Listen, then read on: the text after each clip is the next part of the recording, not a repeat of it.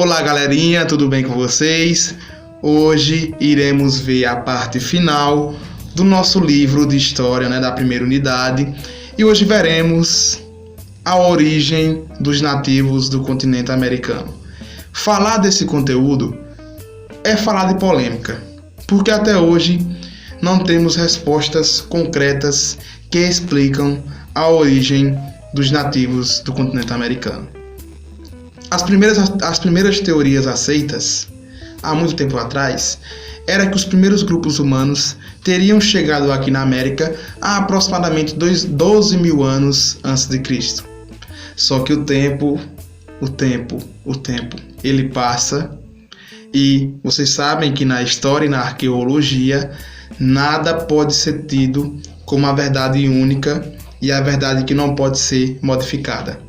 Tudo se modifica na história e na arqueologia. Por quê? Porque todos os dias são feitas pesquisas, são realizadas novas buscas, são encontrados novos vestígios da humanidade, e aí a história tem que estar se modificando. Ela está se modificando toda hora, todos os minutos, todos os segundos, todos os anos, todos os dias. Então é por isso. Então essa teoria que o ser humano chegou aqui há aproximadamente 12 mil anos atrás, ela não é aceita por causa de duas novas teorias ou possíveis imigrações dos nativos americanos. Sabemos que os nativos do continente americano não são originários do continente americano. Eles são oriundos de outros continentes.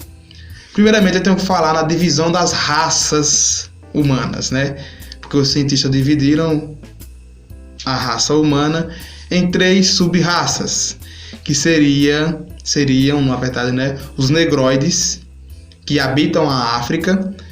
Por lá ser um ambiente quente, eles têm a pele mais escura, o nariz um pouco achatado pela dificuldade de respiração, porque o ar é seco, e os cabelos são crespos para proteger também dos raios solares, e a pele é escura também por causa da melanina, que é para proteger dos raios solares. Esse grupo foi denominado de negroides. E também algumas características no corpo, no crânio, fazem com que eles tivessem as características próprias. Então os seres humanos, os fósseis de seres humanos encontrados na África, receberam esse nome de negroides. Os seres humanos encontrados, os fósseis antigos encontrados na Ásia, receberam outro nome, eram os mongoloides. Porque lá por ser uma região também fria, eles não precisavam ter o olho largo, Tinha um olhinho assim, xing-ling-ling, que nem a galera, E a pele deles já era mais clarinha, porque lá também não tinha tanto sol assim. Então já era mais clarinha a pele dele. E o olho puxadinho, cabelo mais liso, E essa galera foi chamada de mongoloide. E a galera que habita a Europa, os fósseis antigos da Europa, eram os caucasoides. Isso mesmo, caucasoides, os chamados caucasianos. Esse pessoal aí, por ser uma região também fria, e não tem muitos, os raios solares não são muito intensos, eles tiveram os olhos mais azuis, verdes, por não ter muito raio solar, e a pele mais branca, e eles nasceram mais loirinhos. Então são a diferença: negroide na África, mongoloide na Ásia e caucasoides na Europa. Então, segundo as novas teorias que explicam a origem dos povos nativos americanos, é que uma corrente, a primeira corrente, ela ocorreu em 2 correntes de imigrações.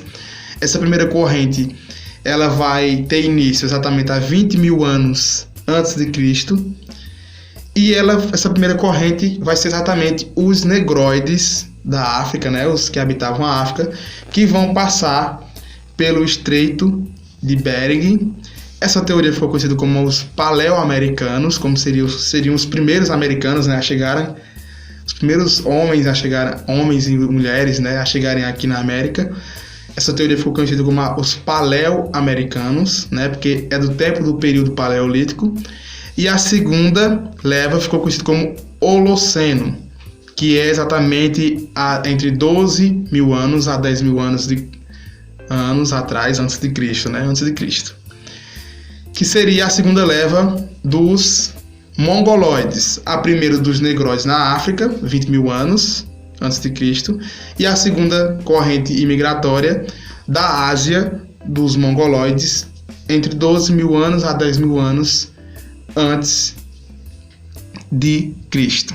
Entenderam, né, pessoal? Essas são consideradas o pico do processo das imigrações aqui na América, mas o processo de imigração aqui na América, os historiadores, antropólogos, arqueólogos defendem que teve início há aproximadamente 40 mil anos atrás, viu?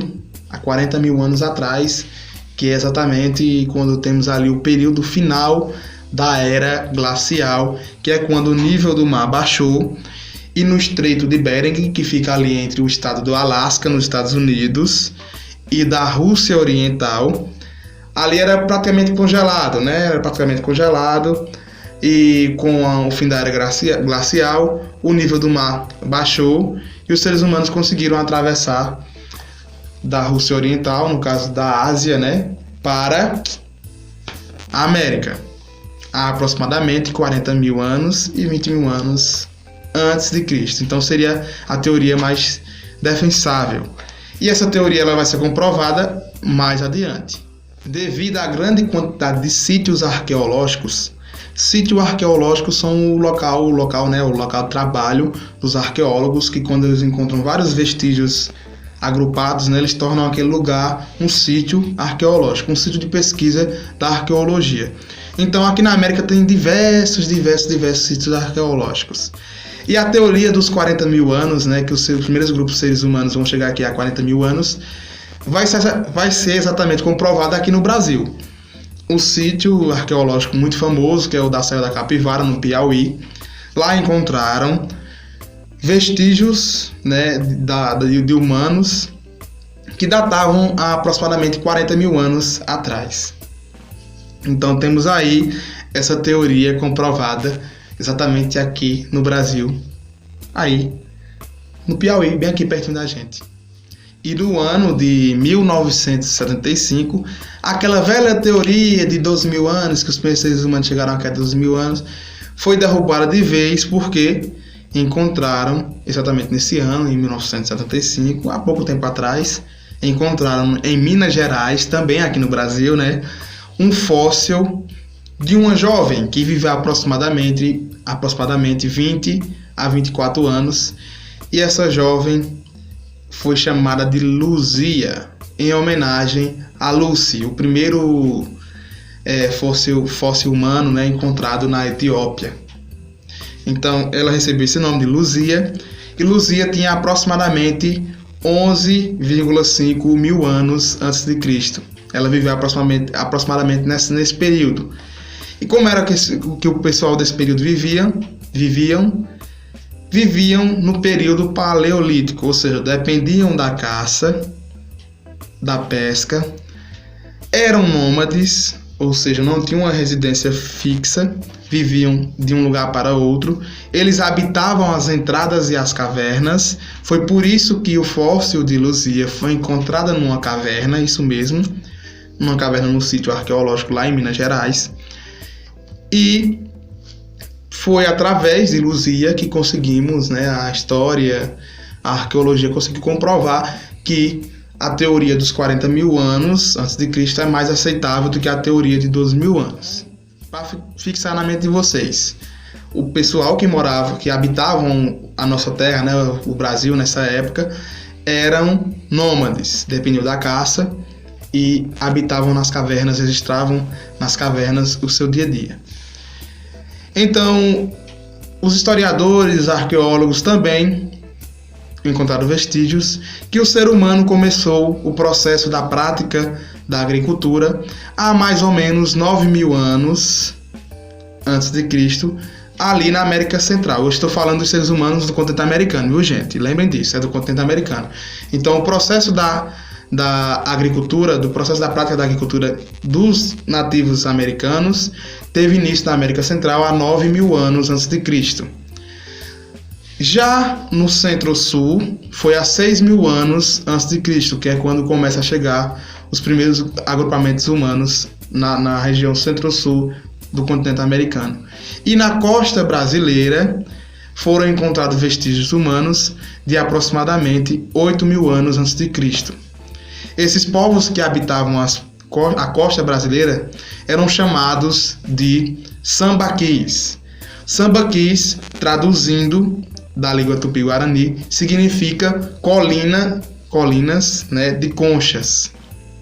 Porque esses povos que habitavam a costa do Brasil, o nome deles não eram sambaquis, eles ficaram conhecidos sambaquis por causa desses morros, né, de até 30 metros, que eles faziam exatamente das conchas que eles pegavam do mar, dos fósseis de animais que eles alimentavam, né, jogavam os fósseis lá. E com o passar do tempo, eles também começaram a jogar vestígios, né, corpos humanos lá, que com o passar do tempo só ficava só os ossos, né? Então foram juntando os ossos, os fósseis humanos com os animais e as conchas e foram criando morros. Esses morros ficaram conhecidos como sambaquis e esses povos ficaram conhecidos como sambaquis. E o fim dos sambaquis foi exatamente quando uma ramificação dos tupi-guaranis. Os tupi-guaranis eram os povos nativos brasileiros, chamados índios brasileiros, que habitavam antes do Pedro Álvares Cabral chegar aqui ao Brasil. Eles habitavam as terras brasileiras antes do Pedro Álvares Cabral chegar aqui no Brasil. Então, o que explica o fim dos sambaquis, dos povos sambaquis, é que os tupi-guaranis, uma ramificação dos tupi-guaranis, teriam saído do interior, teriam ido para a costa e lá eles teriam matado ou teriam se relacionado com os sambaquis e esse povo sumiu. Só encontrado no mundo, né, diversos sambaquis, né, povos que construíram ossos, construíram esses morros através de ossos, né, de ponchas, é encontrado no mundo todo. Então, pessoal, esse foi o nosso vídeo de hoje. Eu espero que vocês tenham gostado e até mais.